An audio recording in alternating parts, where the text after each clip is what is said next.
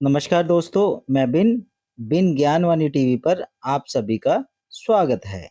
आज हम जानेंगे सर्कल रेट क्या होता है। सर्कल रेट वह निर्धारित रेट है जिससे कम पर आप कोई प्रॉपर्टी खरीद या बेच नहीं सकते।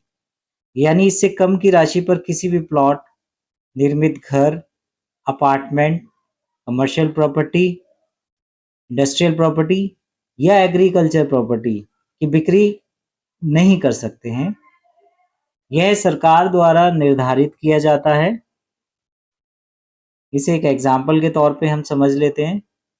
मान लीजिए दिल्ली न्यू फैंस कॉलोनी में आप एक प्रॉपर्टी लगभग 500 स्क्वायर मीटर की परचेज कर रहे हैं, जिसका सर्कल रेट सरकार ने निर्धारित किया हुआ है 7,74,000 रुपये पर स्क्वायर मीटर लैंड का जो किया हुआ है। इसी तरह जो बिल्टअप एरिया है उसका सरकार ने किया हुआ है 21,960 रुपये पर स्क्वायर मीटर। अब 500 स्क्वायर मीटर का जो एरिया है आपका, उसकी अगर लैंड से हम देखें कैलकुलेशन, तो टोटल हो जाता है वो 38,70,00,000 रुपए का। और उसका बिल्टअप एरिया जो है 100 मीटर का ले लेते हैं हम, तो 21,960 से अगर मल्टीप्लाई करते हैं तो 21,96,000 रुपये वो आपका बिल्टअप एरिया का निकल आता है गवर्नमेंट की तरफ से रेट, या वैल्यू कह सकते हैं इसे, सरकारी वैल्यू। इसे दोनों को अगर हम प्लस करें तो 38,91,96,000 रुपये हमारी सरकारी वैल्यू आ जाती है, जिसे सर्कल रेट के अकॉर्डिंग हमने निकाला है। या इसे हम कह सकते हैं 38.91 करोड़ की वैल्यू आई है सर्कल रेट पे। अब ये जो वैल्यू निकल के आई है, सरकार इस वैल्यू पे स्टैम्प ड्यूटी लगाती है, टैक्स लगाती है।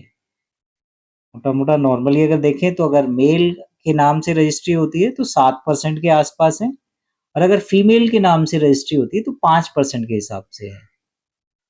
कि सरकार इस पे 5% या 7% के हिसाब से आपसे कर लेगी, या रेवेन्यू लेगी, या स्टैम्प ड्यूटी लेगी। अब इससे सर्कल रेट सरकार क्यों लगाती है? कि भाई उसे रेवेन्यू मिले और उसे पैसा आए। तो सरकार ने क्या किया हुआ है कि एक फिक्स जो है अमाउंट फिक्स किया हुआ है कि भाई इस इतने तक पे हम आपसे स्टैम्प ड्यूटी लेंगे, और इसके हिसाब से लेंगे हम, पर स्क्वायर मीटर के हिसाब से, या जो भी स्टेट होती है उसके अकॉर्डिंग वो होता है निर्धारित। अब क्या होता है कि मान लीजिए प्रॉपर्टी हमारी 38,91,00,000 की है, लेकिन हम इसकी डीलिंग 25 करोड़ में कर रहे हैं। तो उस केस में क्या होगा? तो सरकार उस केस में ये कहते हैं सर्कल रेट कि आप 25 करोड़ की डीलिंग कर रहे हो, कोई दिक्कत नहीं है, लेकिन सरकार जो आपसे पैसा लेगी, स्टैम्प ड्यूटी लेगी, वो 38,91,00,000 के हिसाब से ही लेगी, जो सर्कल रेट है उसी के हिसाब से लेगी। उससे नीचे अगर आप बेच रहे हो या खरीद रहे हो तो वो सरकार को उससे कोई लेना देना नहीं है। हाँ, अगर यही प्रॉपर्टी मान लीजिए 50 करोड़ की है और आप उसकी रजिस्ट्री 50 करोड़ की करा रहे हो, तो सरकारी वैल्यू तो आ गई 38,91,00,000, और मार्केट के हिसाब से अगर देखो तो उसकी 50 करोड़ वैल्यू है, तो 50 करोड़ पे ही आप उसकी रजिस्ट्री करा रहे हो। तो अब यहाँ सरकार क्या करेगी? आपसे क्या 38,91,00,000 पे लेगी स्टैम्प ड्यूटी? नहीं, सरकार फिर यहाँ आपसे जो है 50 करोड़ के हिसाब से स्टैम्प ड्यूटी लेगी, चाहे वो 7% हो, चाहे वो 5% हो। तो सरकार ने एक तरह से बेंचमार्क सेट किया हुआ है कि भाई ये आपका अमाउंट जो है, इसके हिसाब से अगर नीचे जाते हो तो कम से कम इतने अमाउंट के हिसाब से तो सरकार को रेवेन्यू चाहिए या स्टैम्प ड्यूटी चाहिए, इससे नीचे पे नहीं। इसीलिए सरकार जो है समय समय पे सर्कल रेट जो है निर्धारित करती है।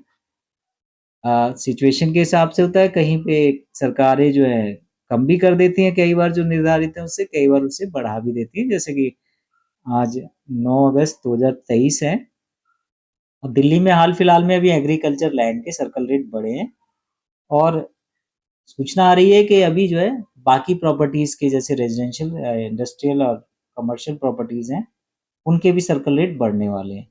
तो अभी जो दिल्ली में जो आपके सर्कल रेट के हिसाब से जो कैलकुलेशन है रही है, जैसे वो रेट बढ़ेंगे उसके बाद जो आपको स्टैम्प ड्यूटी बढ़े हुए रेटों के हिसाब से देनी पड़ेगी।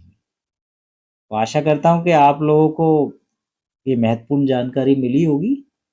अगर आप इसमें कुछ और हमें बताना चाहते हैं या फिर आपको लगता है कि इसमें कुछ और डिटेल में जानकारी दी जाए, तो आप मुझे कमेंट कर सकते हैं नीचे कमेंट बॉक्स में। मैं ज़रूर उस पे समय निकाल कर इस पे चर्चा की जाएगी या फिर इसको विस्तार से समझाने की कोशिश करूँगा मैं। या इससे अलावा आप प्रॉपर्टी से रिलेटेड कोई भी सवाल करना चाहते हैं कि भाई प्रॉपर्टी एग्रीकल्चर क्या होती है, कमर्शियल क्या होती है, रेजिडेंशियल क्या होती है, कितने टाइप की प्रॉपर्टीज़ होती हैं, तो भी आप नीचे कमेंट कर सकते हो। तो जितने ज़्यादा कमेंट आएँगे जिस सब्जेक्ट पे, उस पे मैं भी आपके सामने दोबारा उस टॉपिक पे आऊँगा मैं और आप लोगों को जानकारी दूँगा। धन्यवाद।